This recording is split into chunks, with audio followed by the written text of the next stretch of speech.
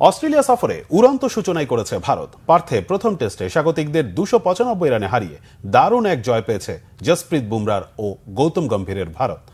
534 রানের টার্গেটে ব্যাট করতে নেমে চতুর্থ দিনে 238 রানে অল আউট হয়েছে অস্ট্রেলিয়া।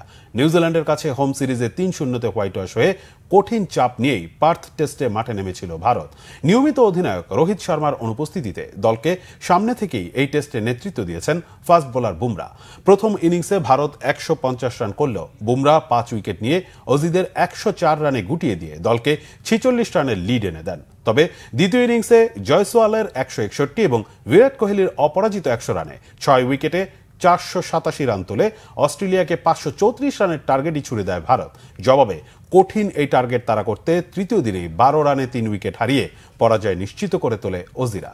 চতুর্থ দিনে ট্রাভিস হেড একাই লড়ে 89 রান করলেও ভারতের বোলিং তোপে 238 রানে অল আউট হয়েছে অস্ট্রেলিয়া। তাতে ভারত পেয়েছে অস্ট্রেলিয়ার মাটিতে রানের হিসেবে সবচেয়ে বড় জয়। অধিনায়ক হিসেবে নিজের প্রথম টেস্টে 2 ইনিংসে 8 উইকেট নিয়ে ম্যাচ সেরা হয়েছেন বুমরা। অস্ট্রেলিয়ার মাটিতে এর আগেই 2 টেস্ট সিরিজেই জয় পেয়েছিল ভারত।